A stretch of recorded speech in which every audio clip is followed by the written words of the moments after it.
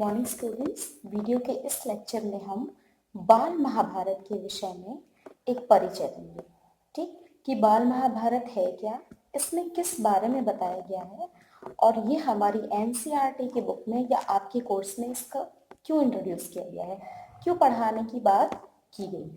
ठीक, तो इसमें हम एक छोटा सा एक ओवरव्यू लेके चलते हैं कि पूरी कहानी क्या है और इसमें किस तरह की शिक्षा हमें दी गई है। ठीक है, तो देखिए ये कहानी जो है एक बाल महाभारत ये लिखी गई किसके द्वारा, महर्षि वेदव्यास जी द्वारा। ठीक, उनकी लिखी हुई कहानी है जिसमें ये कहानी शुरू होती है राजा शांतनु से। ठीक है, राजा शांतनु जो थे उनका विवाह होता है गंगा से। ठीक, और वो गंगा को देखते हैं, उन पर मोहित हो जाते हैं, गंगा से उनका विवाह होता है।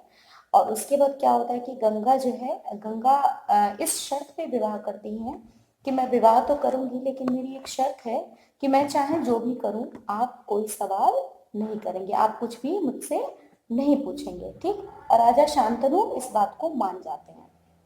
गंगा क्या करती है, जब भी उनको कोई पुत्र होता है वो क्या करती है, उसको ले जा करके और उसमें गंगा में बहा देती थी, नदी में बहा देती थी। अब राजा शांतनु को बड़ा बुरा लगता था, लेकिन शर्त थी कि कुछ बोल नहीं सकते, इसलिए कुछ बोलते नहीं थे, है ना। एक बार क्या हुआ कि जब वो अपने 8वें पुत्र को बहाने ले गई, उस समय राजा शांतनु ने टोक दिया कि तुम कैसी माता हो, आप कैसी माता है, अपने ही पुत्र को किस तरह से कोई बहा सकता है। ठीक, इस बात पे गंगा ने बोला कि आज आपने अपनी शर्त तोड़ दिया। ठीक, और वादे के मुताबिक अब मुझे आपसे दूर जाना पड़ेगा। ठीक, और वो देवव्रत जो पुत्र होता है उसको लेती है, बोलती है कि अब मैं इसको गंगा में नहीं बहाऊंगी, इसको अपने साथ रखूंगी और जब ये बड़ा हो जाएगा, ठीक हो जाएगा, तो इसको मैं क्या करूंगी, आपको सौंप दूंगी। ठीक, इसको आपको सौंप दूंगी। ठीक, अब ना चाहते हुए भी क्या हुआ, गंगा जो थी वो शांतनु से दूर चली गई। ठीक, और फिर समय बीता, तब क्या हुआ कि शांतनु जब बहुत सालों बाद वहां पे शिकार खेलने जा गए थे तो उन्होंने देवव्रत को देखा और वहां पे क्या हुआ कि देवव्रत बहुत ही वीरता दिखा रहे थे। वो क्या कर रहे थे, अपने तीरों से संधान कर रहे थे और उन तीरों से जो गंगा की लहरें हैं, नदी की लहरें हैं, वो भी क्या हो जा रही थी, रुक जा रही थी। उन्होंने देखा कि अरे इतना प्रतापी पुत्र किसका हो सकता है, इतना अच्छा, इतना बड़ा योद्धा। वहां पे गंगा प्रकट होती हैं और वो क्या करती हैं, वो बोलती हैं कि ये आप ही का पुत्र है। ठीक, और गंगा क्या करती है, उसे राजा शांतनु को सुपुर्द करके और वहां से चली जाती है। फिर वो वो लेकर के गंगा पुत्र देवव्रत को लेकर के वो महल में आ जाते हैं। ठीक, महल में आने के बाद क्या होता है कि भाई ये युवराज बन जाते हैं, है ना। कौन, देवव्रत युवराज बन जाते हैं, बहुत खुश रहने लगते हैं, समय बीतने लगता है। इसी बीच क्या होता है कि एक बार फिर से शांतनु जो थे गंगा के जाने के बाद बड़े ही अधीर रहने लगते थे, बहुत उदास रहने लगे थे।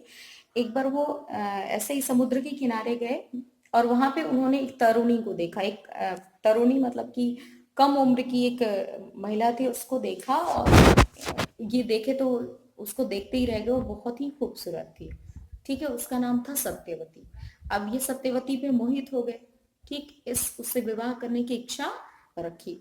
ठीक, तब सत्यवती ने कहा कि देखिए मैं आपसे विवाह तो करूंगी लेकिन मेरी एक शर्त है कि आप पहले मेरे पिताजी से बात करें। ठीक, तो वो जाते हैं केवटराज उनके पिता के पास विवाह के लिए बात करने। तो उनके पिता कहते हैं कि देखिए मैं विवाह तो करूंगा अपनी पुत्री का, सत्यवती का विवाह आपसे करूंगा, लेकिन मेरी एक शर्त है कि जो राजगद्दी है उस पर मेरी पुत्री का पुत्र ही बैठे, यानी मेरा नाती ही बैठे। ठीक, अब इस बात पे इनको थोड़ा अजीब लगा कि बेटा, बड़ा बेटा तो कौन है, देवव्रत है, तो कायदे से बड़े बेटे को गद्दी मिलती है कि मैं देवव्रत से यह हक नहीं छीन सकता। ऐसा बोल के चले तो आ जाते हैं मना करके, लेकिन बड़े ही उदास रहने लगते हैं, बहुत ही परेशान रहने लगते हैं। ठीक, तब देवव्रत को इस बात का पता चलता है। ठीक, तो वो पूछते हैं बार बार कि पिताजी हुआ क्या, किस बात से आप परेशान हैं, लेकिन पिता कुछ नहीं बताते। तब जो सैनिक वगैरह उनके साथ गए होते हैं उनसे वो पूछते हैं कि बात क्या है। तब वो उन्हें बताते हैं कि ऐसा है कि ये केवटराज की पुत्री सत्यवती से विवाह करना चाहते हैं, लेकिन उनकी कुछ शर्तें हैं जिस कारण से ये विवाह नहीं कर पा रहे हैं, इसलिए परेशान हैं। तब वहां पे भीष्म ने कहा, देवव्रत ने कहा कि मुझे लेके चलो आप वहां पे। फिर वो जाते हैं केवटराज के पास और क्या कहते हैं कि मैं आपको वचन देता हूँ कि आपकी पुत्री का पुत्र ही राजगद्दी पर बैठेगा।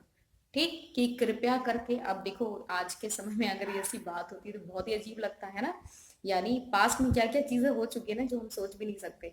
सपोज करो कि कोई बच्चा अपने पिता के लिए किसी की लड़की का हाथ मांगने जा रहा है ना। देवव्रत जो थे वो अपने पिता के विवाह के लिए किसी दूसरे पिता से बात करने गए थे, है ना, सत्यवती के पिता से। तो सत्यवती के पिता ने कहा कि देखिए मैं आपकी बात मान लेता हूँ, आप कह रहे हैं तो आपका वचन मिथ्या नहीं होगा, झूठ नहीं होगा, लेकिन आपके पुत्र भी आपके जैसे ही प्रतापी होंगे और हो सकता है कि आप उनको गद्दी पर बैठाएं, लेकिन आपके पुत्र ही मेरे नाती पोतों को क्या करे, कहीं उठा करके गद्दी से उतार ना दे, है ना। तो भी मैं कैसे कर सकता हूँ विवाह अपनी बेटी का। तब यहाँ पे भीष्म ने, यहाँ पे देवव्रत ने एक प्रतिज्ञा ली, ठीक, कि मैं आजीवन अविवाहित